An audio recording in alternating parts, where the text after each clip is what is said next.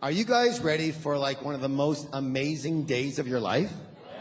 I don't know. Are you ready? Yes. Give somebody a high five and say, I am ready for an amazing day.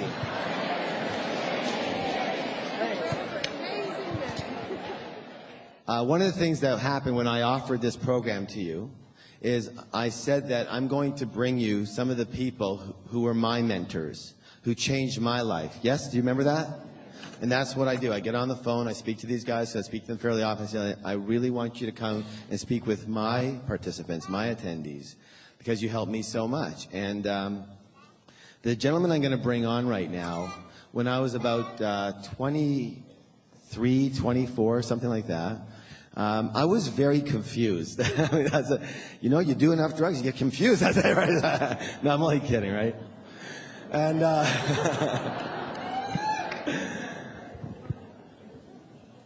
you know what they say about the 60s? What is it, the 60s, right? What do they say?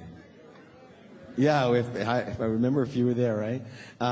Anyways, and I was just going through a lot of turmoil and lots of inner struggles with why I had all this potential. I believed, anyone told me that, but nothing was happening, right? It was like everything I tried, it wasn't right, or it didn't fit, or I found something wrong with it. And it was like this huge struggle. I mean, I was even trying door-to-door sales, not as a learning experience, but to make some money. You know, it was hard. And I ended up seeing this ad for a course, and it looked really interesting. And I decided that I already had nothing to lose. I was just in that place. I said, look, I'll try anything at this point in time. And I went to that course, and it changed my life. You know, I talk about the mind all the time, right? And we talk about it in certain respects with peak potential, of course. But this was actually one of the first times that I'd ever learned how to use my mind as a tool for attracting what I want. And it was amazing. I remember I was already starting to do some building with my dad, as I told you about yesterday. And immediately, as soon as I came home, I started putting the tools into practice. Into what? One more time. Into what? Into practice. And things started shifting for me so fast. And my life has never been the same since. The gentleman I'm going to bring up to share with you today is one of my teachers, one of my mentors, one of the most beautiful hearts and spirits on this planet. And as I said to the Success Tracks members, he is one of the rare individuals who actually walks his talk. Walks his talk. He's a beautiful, beautiful man, incredibly successful, using the technologies that he's created. How many people have heard the term mind power? This gentleman coined that term. This gentleman wrote the book on mind power. This is the original mind power guy, so to speak. What I'm looking for here is just a little, very courteous welcome, if you'd be so kind. A very little courteous welcome for my friend and teacher, Mr. John Kehoe.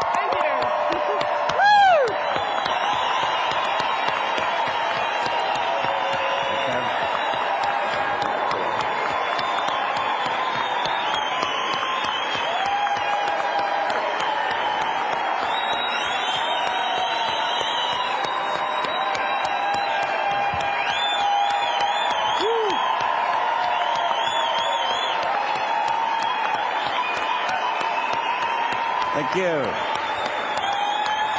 Woo.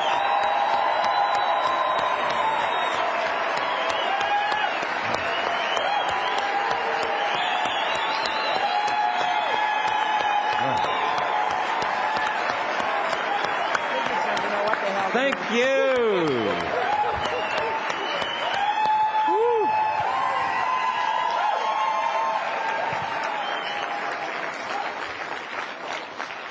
Well,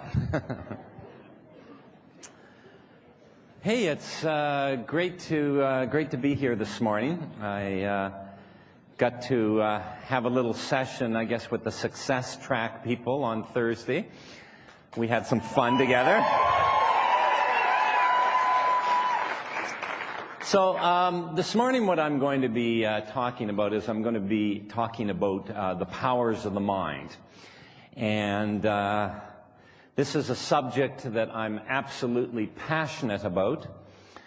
25 years ago, I discovered some very interesting intricacies about the human mind and the human psyche, and how the powers of the mind can begin to influence and affect the things that happen to us in our life. And this was a revolutionary concept for me. It made me understand our purpose, our destiny, our personal power. And in order to work with the powers of the mind, you have to understand, first of all, that everything in physical reality is made up of vibrations of energy. This stage here is made up of vibrations of energy. The seats that you're sitting on is made up of vibrations of energy. The clothes that you're wearing are made up of vibrations of energy. The walls are made up of vibrations of energy. That everything in the physical universe is made up of vibrations of energy. Everything. And our thoughts also are vibrations of energy. Our thoughts are the most dynamic, most fluid, most powerful substance in the entire universe. And when you begin to think a thought over and over and over again, imprinting it on the conscious level, what happens is this begins to make an imprint into the subconscious. And once it begins to imprint into the subconscious, it's like a tuning fork, a vibration of energy, attracting to you the people, the circumstances, the events, the synchronicity that matches the images that you have within. You have very real power to create and manifest once you understand the dynamics of consciousness and physical reality, and you begin to train and practice with the natural powers that each and every one of us have been born with. You see, everything in our life is made up. We're living simultaneously in two different worlds. This is the place that we're going to start at this morning. We live simultaneously in two different worlds, not one. We live in the inner world, the world of our thoughts, beliefs, and reactions. And we live in the outer world, the world of circumstances and situations. And right now, this very moment, you're here in the inner world, you're here in this room.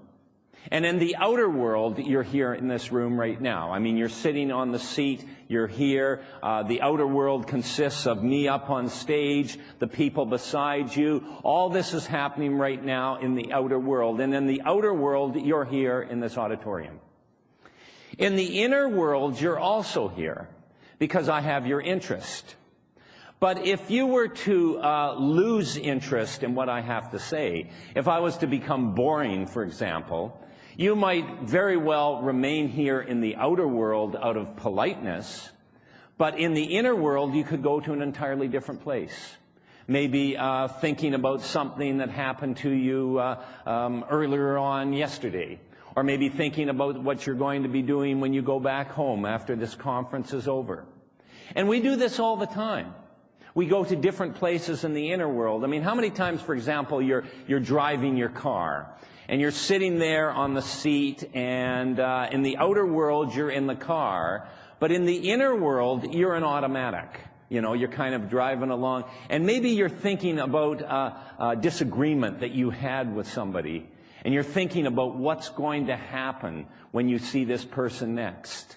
And you're thinking to yourself, okay, when I see this person, I'm going to come up to them and I'm going to say, yeah, but what about this and that and this and that and this and that? And they're going to come right back to me and they're going to say, yeah, but what about that and this and that and this and that? But I know exactly what I'm going to say, because I'll come right back and I'll say, yeah, but what about that? And what about this? And what about that? And this and that? And he's going to come back and he's going to, yeah. And there you are, having this total fictitious argument, you know, as if it's going to happen like that. It's not going to happen that way. And yet there you are in the inner world acting it out. And that's what goes on in our mind. It's very important, if you wish to master and understand mind powers, that you understand the difference between the outer world and the inner world. Let me do a little example here. Can I have a volunteer quickly? Somebody. Yeah, you. No, this one right here. This one right here. Come on. Okay. Now, I want you to just sit down there, Daniel. Okay, now, Daniel, what I'm going to do is I'm going to kick you. And I'm going to kick you right here on the shin. And I won't hurt the pants at all, but it will hurt. And the whole idea of this is, for the sake of the experiment that I'm doing, the whole idea is for me to cause you pain.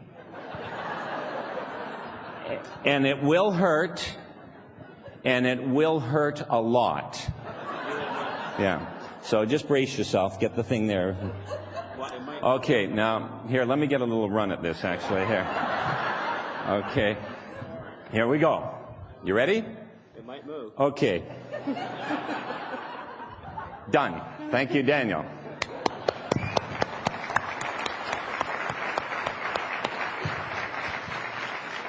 Now, let me just reenact what happened there, because this is a very good example of inner and outer world. What happened in the outer world, I announced that I was going to kick Daniel. That happened in the outer world. In the inner world, different things were going on. For example, in your inner world, half of you are going, kick 'em, great. And the other half of you are going, this is interesting, you know, I wonder where this is going. In Daniel's inner world, an entirely different thing is going on.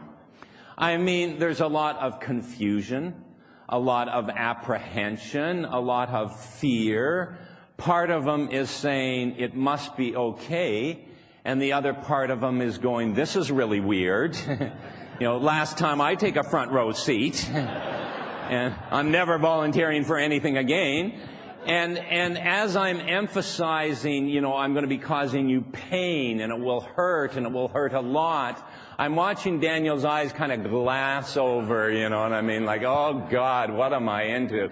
So in his inner world, there's a lot of confusion, worry, apprehension, all that is going on inside of his inner world. Now, in my inner world, an entirely different thing is going on. I'm having a tremendous time.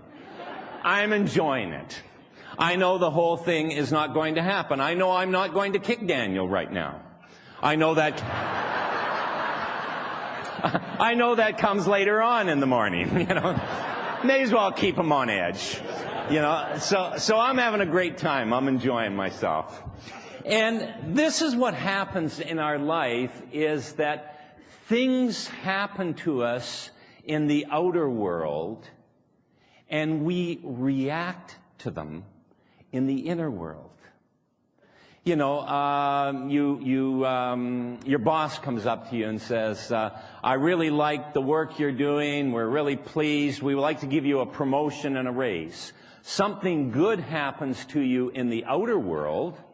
You react in the inner world. The exact opposite happens. Your boss comes up to you and says, you know, we're really unhappy with the work you're doing. We're going to have to let you go. You get fired. So that happens in the outer world. In the inner world, you react. You know, you start to doubt yourself. You start to worry. You start to fear. Your self-esteem goes down. All that happens in the inner world. You have a fight with your husband or wife or your girlfriend or boyfriend. That happens in the outer world. And what happens? You react to it.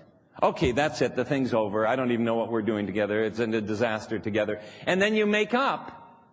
Oh, my God, what a great relationship. Well, oh, don't we have something special, baby, you know?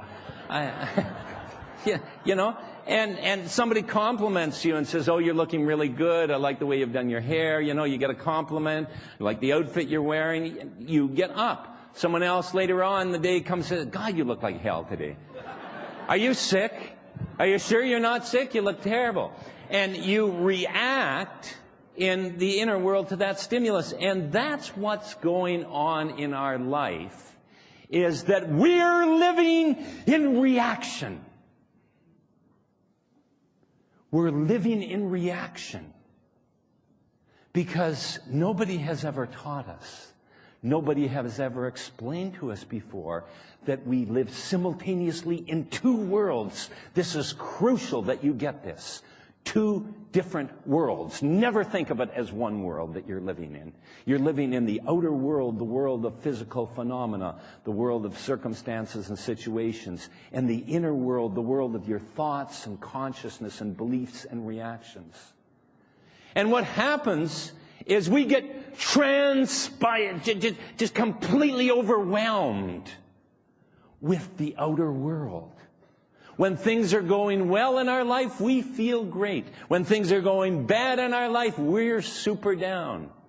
If you're a $25,000 a year salesperson, if that's what you make, then that's your reality in the outer world. Then what happens is you take it and you run it around in the inner world over and over. Make $25,000 a year, that's what it is, $500 a week, yeah. And you're always thinking about it. It becomes part of your consciousness. It becomes part of your vibration. If you're having problems in your personal relationships, in the outer world, that happens in the outer world. Your problems with relationships. That happens in the outer world, not the inner world.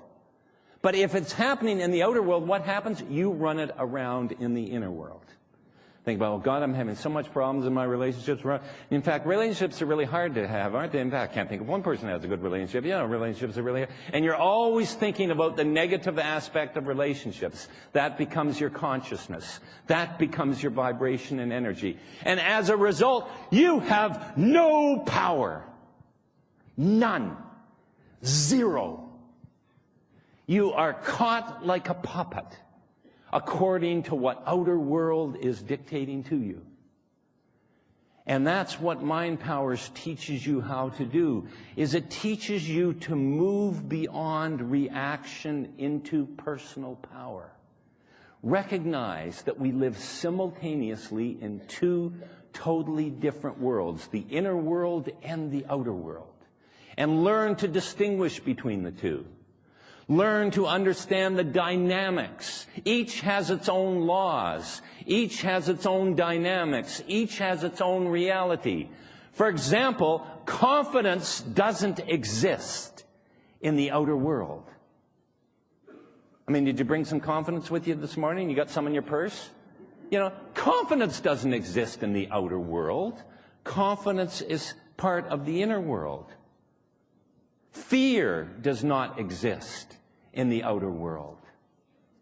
Happiness does not exist in the outer world. There is no happiness in the world. Everybody wants to be happy. Everybody's looking for happiness. There is no happiness in the outer world. Happiness is part of the inner world. So what the student of Mind Powers does, through training, through practice, through understanding, through contemplation, through personal work, learns to distinguish between these two realities that we are living simultaneously, the outer world and the inner world, not confusing them, and learning how to use the one to manifest and create in the other. Because you see, all is law. All is cause and effect.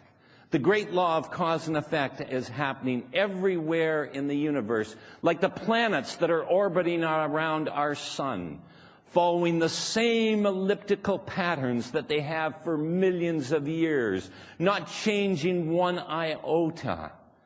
Some of them take thousands of days to orbit around the sun.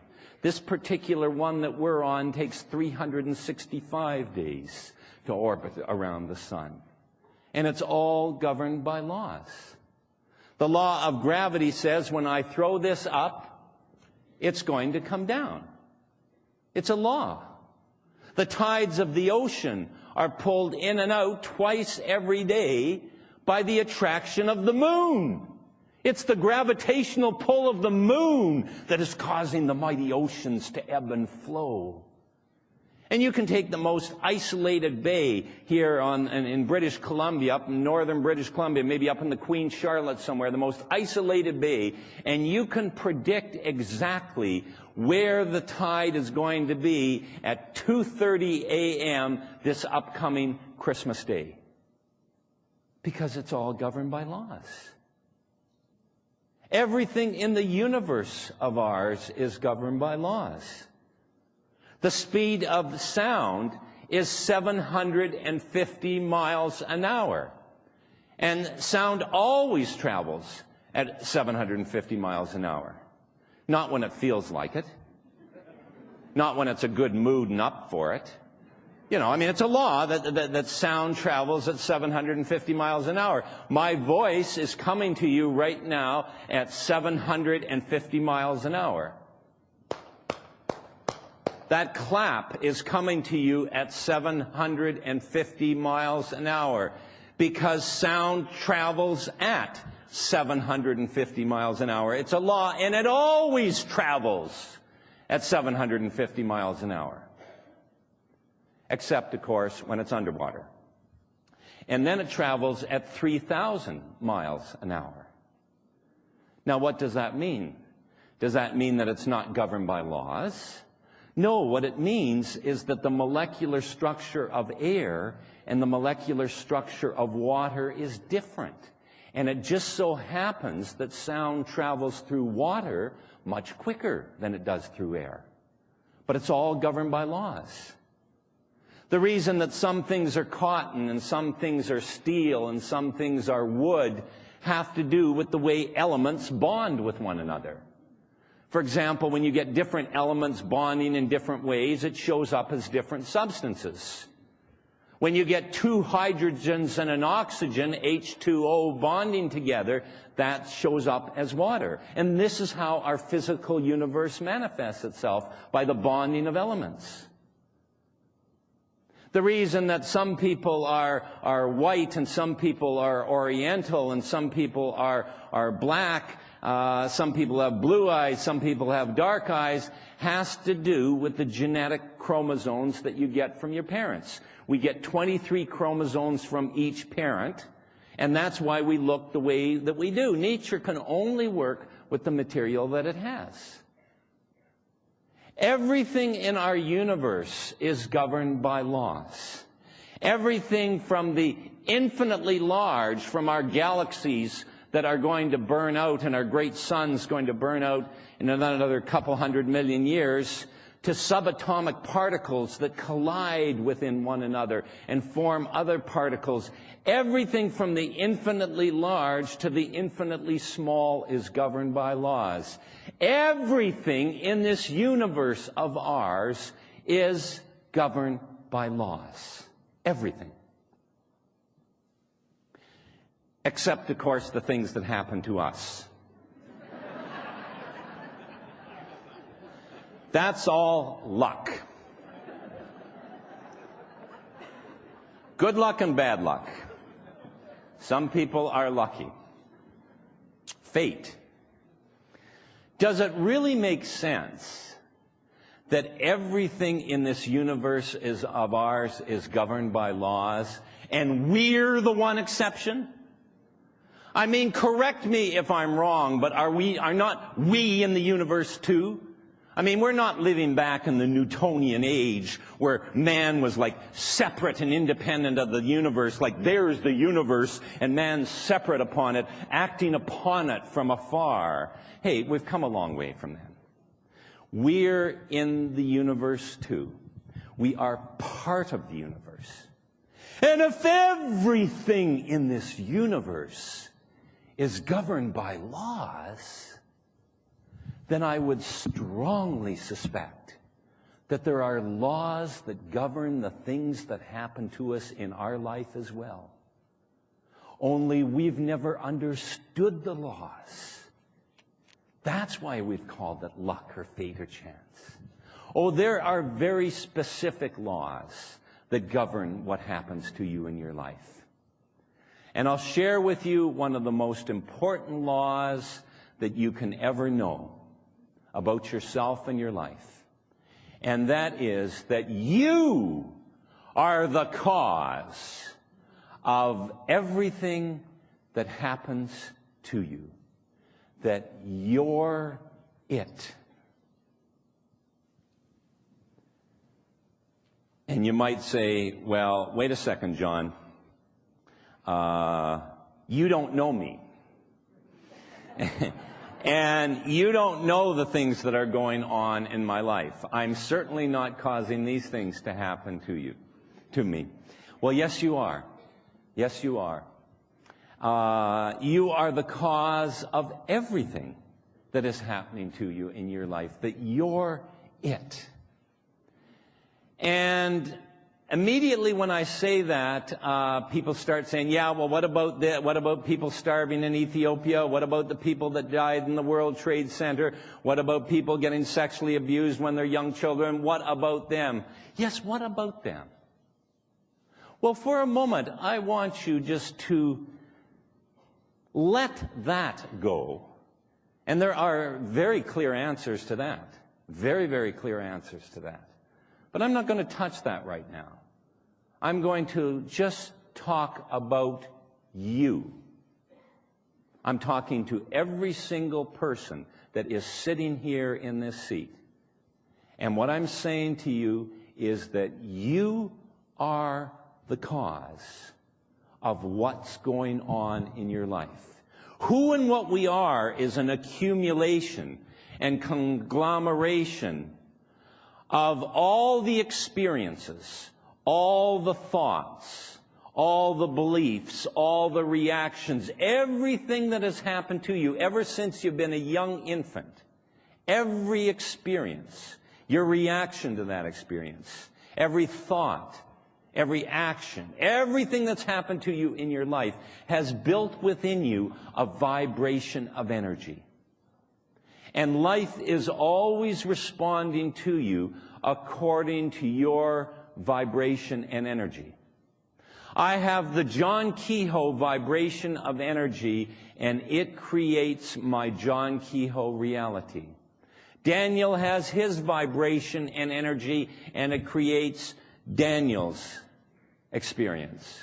Susan in the back has her own particular vibration and energy, and it creates Susan's reality. That we are the cause, that we are the vibrational frequency that attracts experiences to us. And it's hard for us to understand this at first. And by the way, these things aren't necessarily easy to understand. And we like to try and pretend that our life doesn't have anything to do with us. You know, like, here's me, and there's my life.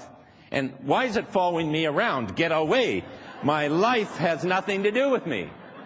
Get away. My life has nothing to... We like to pretend that we and our life are totally different things.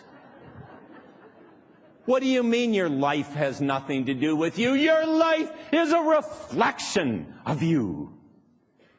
Your life is a perfect reflection of you. Perfect. And it's a little bitter pill for us in the beginning to accept that we are the cause of the things that are happening to us, especially when things are not going well, perhaps with our health or our finances or our relationships. But I'll tell you something. As soon as you can accept it, not necessarily understand it, I don't expect you to understand it at the first hour of us working together. But once you can accept it, what happens is it gives you power. It gives you an immense amount of power. Because if what I say is true, if indeed You are the cause of the things that are happening to you. That means you're it. And my friends, this is the best news anybody could ever give you. I am the bearer of good tidings this morning.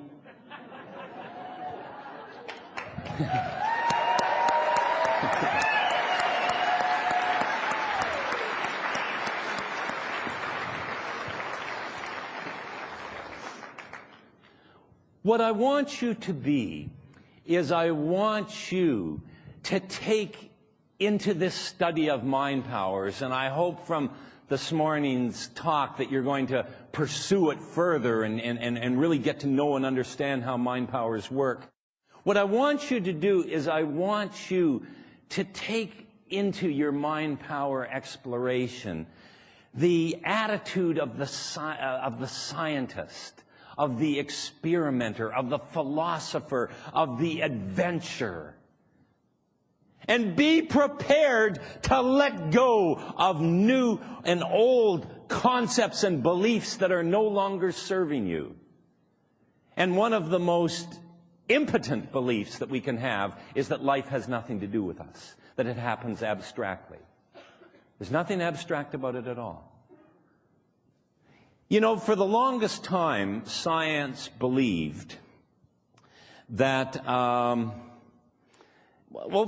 of all, science is forever letting go of its most cherished beliefs and concepts as new information comes to it. Science has no problem throwing out old models as new information comes to them.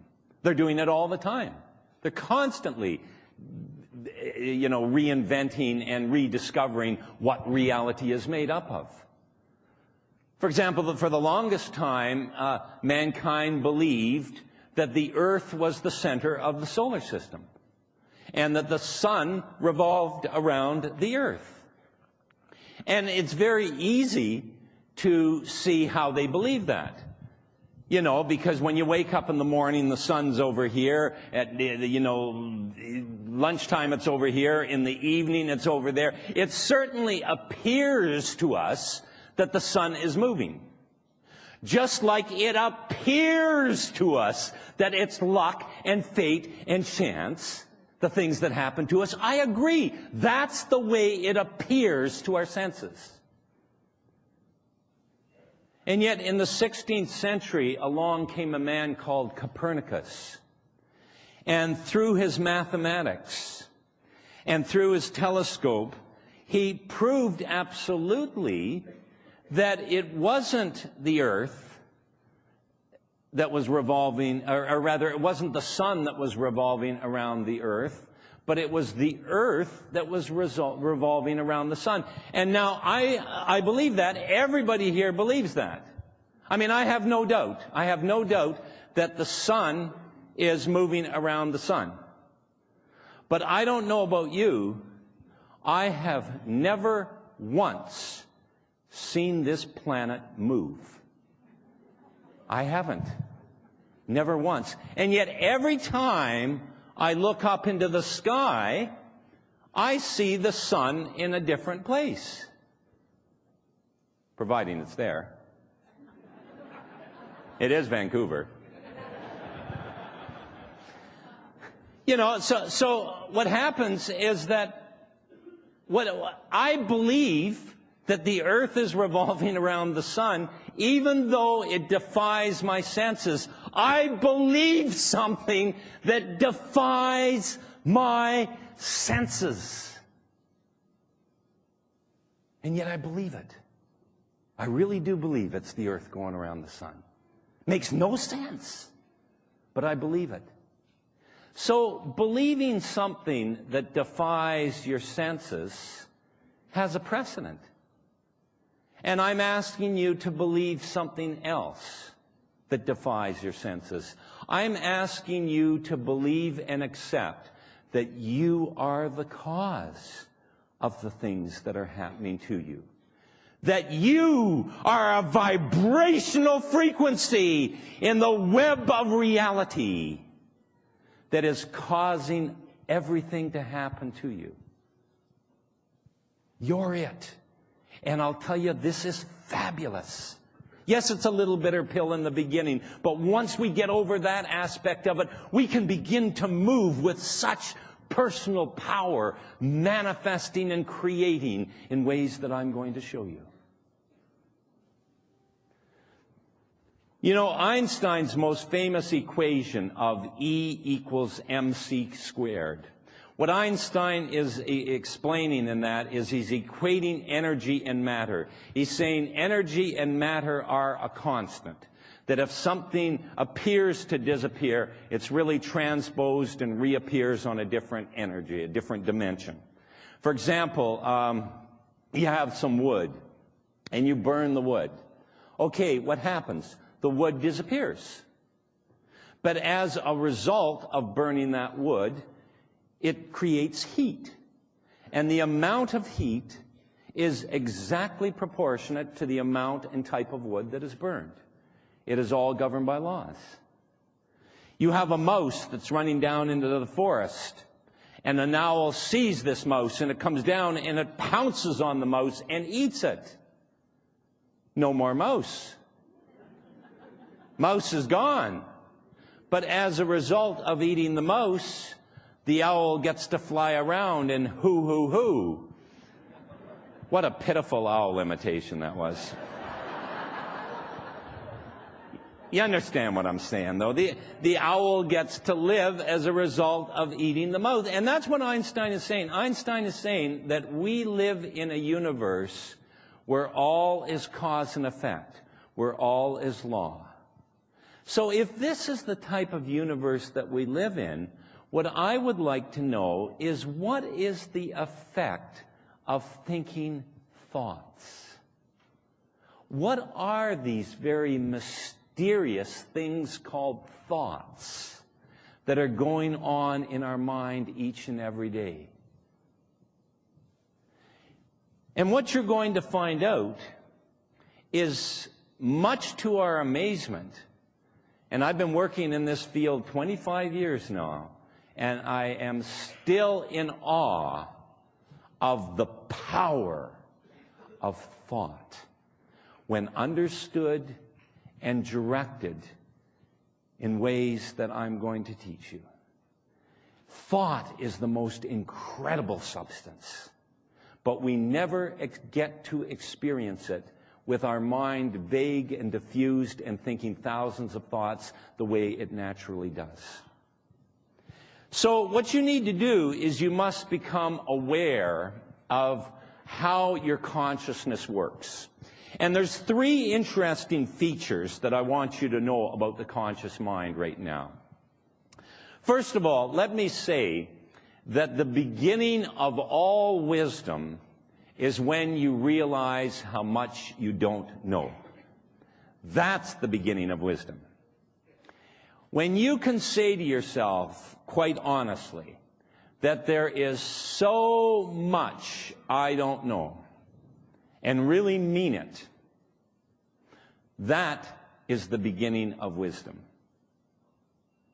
And what you're going to find out in your pursuit and study of the powers of the mind is that there is a whole lot about our own mind that we do not know. A whole lot. Three interesting features I want you to become aware of this morning. The first interesting feature of the conscious mind is that it is in constant motion. You are always thinking thoughts. Always. You're either taking in the information that is happening. For example, right now, you're absorbing information, going over the information, processing the information that I'm talking about, or you're thinking about something in the past, or thinking about something in the future, or imagining some scenario, but your mind is always active. And that's the first thing to become aware of. It's in constant motion. You are always active with your consciousness. The second interesting feature of the conscious mind is that it's what I like to call the great trickster. Your mind is the great trickster. Now, what do I mean by the great trickster? What I mean is that it tricks you, it fools you, it limits you, it deceives you in innumerable ways. Our mind is, in every sense of the word, and I love that term, the great trickster. For example, you've got a man sitting at home. He's watching TV. Suddenly he gets these bad abdominal pains, rushed off to the hospital, lying there in the hospital thinking to himself, I wonder what's wrong with me. And then as soon as the thought comes to him that perhaps this is going to be serious, he begins imagining in his mind him losing his job. And he can see his boss come up to him saying, I'm sorry, Frank or Bill or whatever his name is, we can't hold your job for you any longer. He imagines himself losing his job, the bills coming in, bank account dwindling, his wife having to go out and look for work, the neighbors looking after the children, and he acts out this whole scenario, suffering with it, agonizing with it, living it as if it's really happening to him now. And what happens? Next day he's released. Good as new. Nothing wrong. Maybe some indigestion. Ate too much fast food or something like that. And he just carries on with his life, quite happy that nothing was wrong. And yet what was going on inside his mind to make him think like that? And think about it in your own life. Think about how many times you've suffered and worried needlessly over something that never happened to you. And yet you work yourself up about it. And our mind's like that. It's the great trickster. And our mind knows us oh so well. Our mind knows things about us that we have not told anybody. Our mind knows our deepest inadequacies. Our mind knows our fears. Our mind knows every intricate little detail about us. And it likes to play with us the way a cat plays with a mouse. And your mind will take the greatest fear that you have, and it will project it up to you, and it will say, guess what's going to happen to you? And it makes us deal with it. So often our mind will tell us things are going to happen to us, and they don't happen to us. And yet our mind tells us that these things are going to happen to us, and they don't happen to us. So often, our own mind lies to us, tells us outright, flagrant lies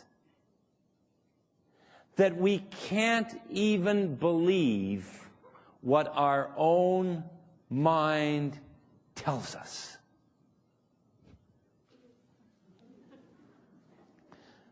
I'm going to repeat this.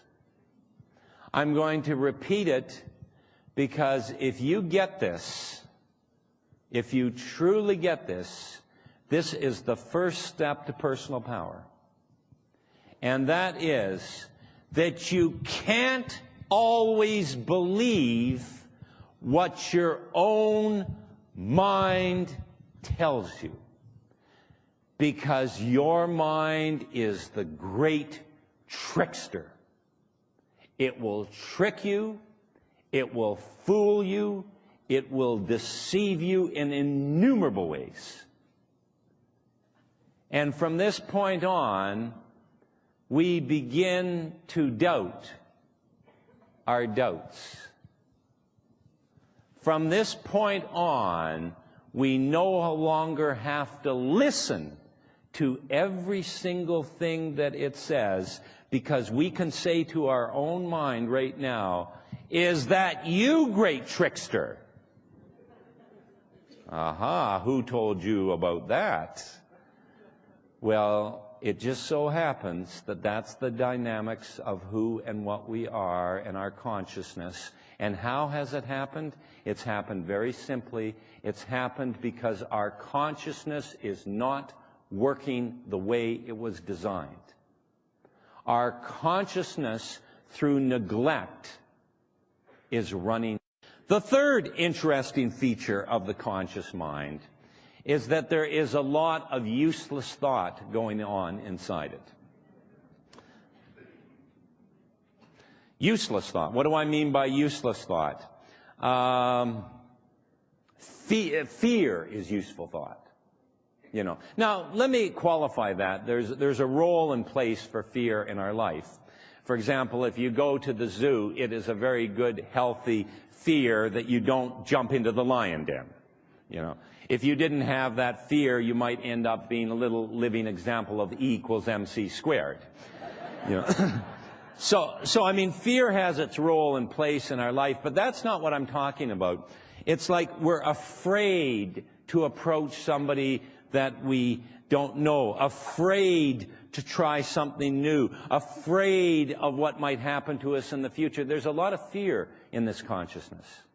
There's a lot of worry in this consciousness. There's a lot of anxiety in this consciousness. There's a lot of negatives in this consciousness, and I'm shortly going to tell you how to work with negatives, but there's a lot of negatives in this consciousness. So what's happening in our life is we are living our life, our very important life. I mean, this is it. This is not the practice run. This is it. This is our life.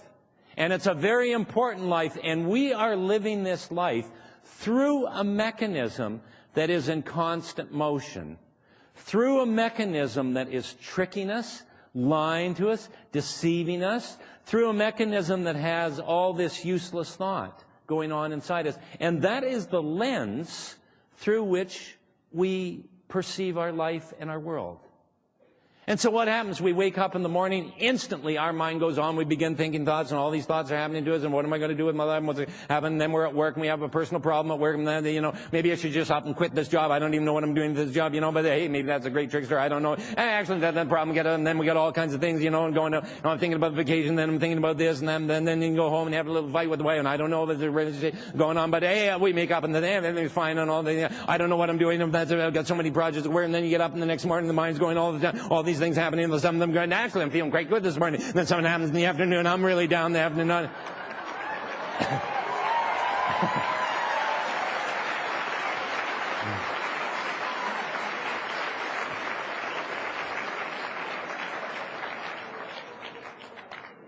Is it any wonder that we get a little bit overwhelmed in our life? And the thing is, that is what is going on. This is how our consciousness is working without training. We've lost control. We have totally lost control. But you can get control of it. You begin to get control as soon as you can awaken to the fact that this indeed is what is happening. You can begin to get control. In fact, that's what Mind Powers is all about. Mind Powers is techniques, training, methods of gaining control of your consciousness. And one of the things that the student of Mind Powers learns how to do is to eliminate all the negatives that are happening in our consciousness. And even the most positive person has a whole bunch of negatives going on. We all have negatives in one area or another of our life. And I want you to understand that it makes absolutely no difference to the conscious mind whether you think constructive thoughts or destructive thoughts. It makes no difference to the mind. It makes all the difference to you. It makes all the difference to your life. It makes all the difference to the things that are going to happen to you, but it makes no difference to your mind. Now, here I'm talking about you and your mind as if they're different. And that's what you're going to find out, is that you are not your mind. Just like you are not your hand, or you are not your foot. Your hand is a part of who you are, but you're not your hand. Likewise, you are not your mind. And it makes no difference to the mind, none to the mind, whether it thinks constructive thoughts or destructive thoughts. It will simply work with whatever material is going through. So the student of mind powers understanding this makes a very diligent effort to eliminate the negatives. So there are 4 good techniques that I'm going to share with you this morning. 4 very good techniques for eliminating negatives from the conscious mind. The first technique is called cut it off. You know, ever since that Bobbitt affair, I always have that little second of squeamishness, as I be. Okay, the cut it off method. What you do is the instant that you recognize that you're thinking negative thoughts, the instant, what you do is you just cut it off and insert a totally different thought into your mind. You don't argue with it. You don't analyze it. You don't defend yourself against it. What you do is as soon as you recognize it's a negative thought, and you do it right mid-negative, maybe the thought's coming, you're worthless, and the whole life is, just cut it off. Don't even let it finish. Cut it off and insert a totally different thought into your mind. That's the first technique, the cut it off technique. Now, the second technique is totally different. These are 4 totally different, independent ways of dealing with negatives. First technique, cut it off. Second technique, what you do is you label it. You label it. You say, what is happening in me is I am now experiencing, quotation marks, a negative thought. I'm now experiencing a negative thought. And you label it, but you don't get caught up in it. And I'm going to share something with you that once you understand this next principle, you are 75% of the way of eliminating negatives from your life. 75% of the way of eliminating negatives by understanding this next truth. And I'm going to say it 3 times because I want it to imprint deeply into your consciousness. I want it to burn into your consciousness. I want you never to forget this. And here it comes. Negatives only have power over you if you react to them. Negatives only have power over you if you react to them. Negatives only have power over you when you react to them.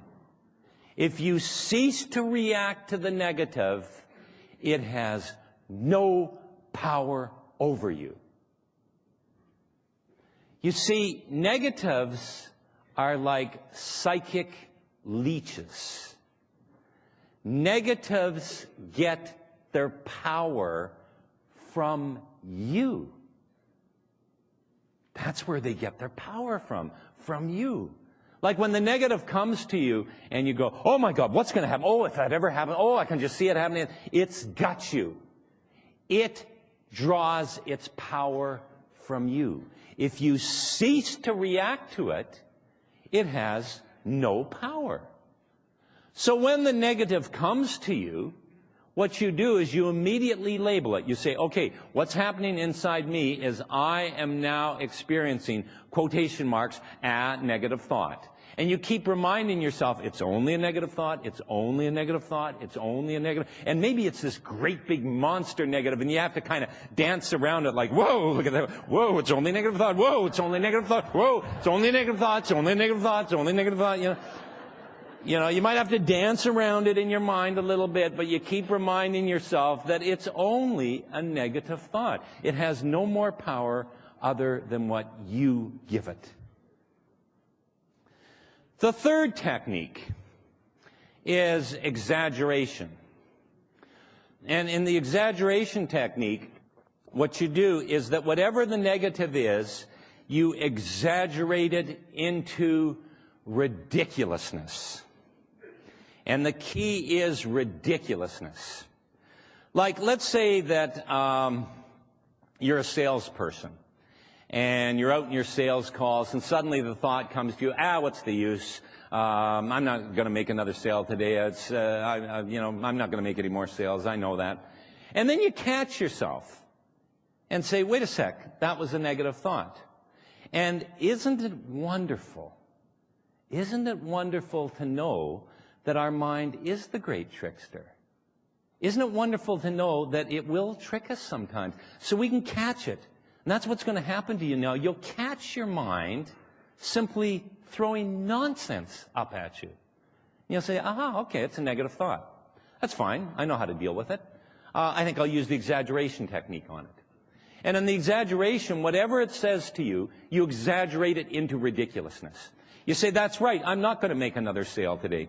In fact, I wouldn't be surprised that when I go to this next company, I'm probably going to open up the doors, and immediately there's going to be this mechanical boxing glove, and it's going to come out, and it's going to smash me in my face, and I'm going to fall on the ground, and I'm going to be hurt. And then they're going to release Pit Bull Terriers and German Shepherds and Doberman Pinschers, and I'm going to be bit, and I'm going to be hurt, and then probably they're going to have pails of water, and they're going to throw these pails of water at me, and I'm going to be wet, and I'm going to be bit, and I'm going to be hurt, and then probably everyone's going to leap up on their desk and reveal this great big banner that says, "You fool, why did you come here?"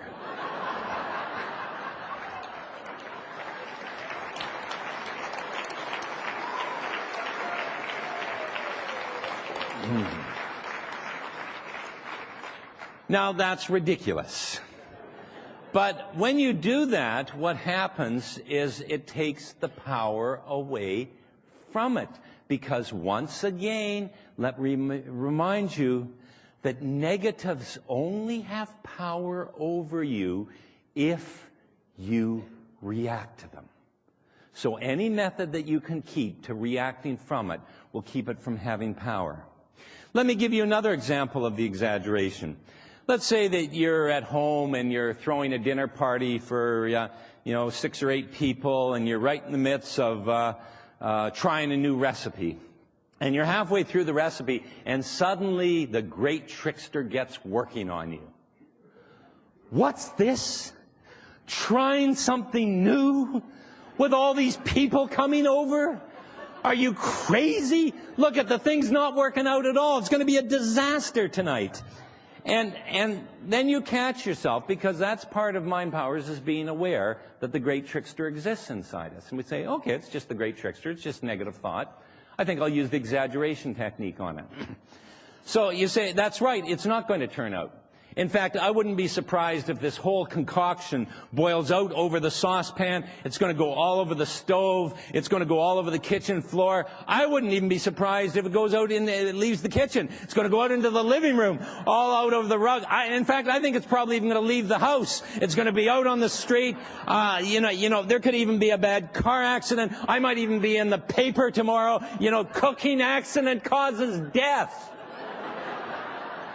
Now, And so what happens is your mind goes, oh, don't be so ridiculous. And you go, oh, what, I'm not going to be in the paper? No, it's not going to be in the paper. It's not going to go out. It's not going to go out in the street. Of course it's not going to go out in the street. Well, is it going to go over the living room floor? Of course it's not going to go over the living room. Well, was it going to go over the kitchen floor? Of course it's not going to go over the kitchen floor. Well, is it going to go over the saucepan? I don't know. Aha!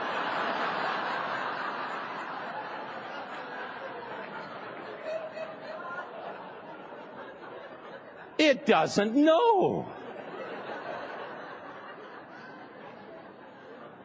Your mind doesn't know that the recipe is going to turn out. Your mind doesn't know that you're not going to make a sale. Doesn't know. I mean, wouldn't it be wonderful if when negatives came to us, they came with like little warning signals, little bells and whistles, a little buzzer maybe that goes, dun, dun, dun, dun, dun. Here's a negative thought. You don't have to believe it if you don't want to, but here it is.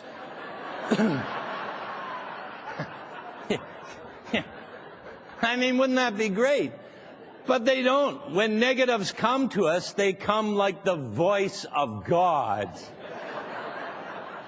Guess what's going to happen to you?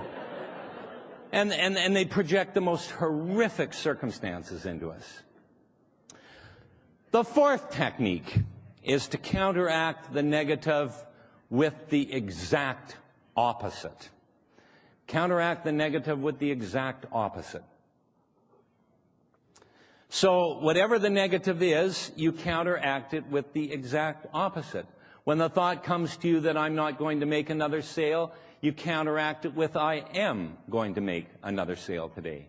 When the thought comes to you that the recipe isn't going to turn out, you counteract it with the exact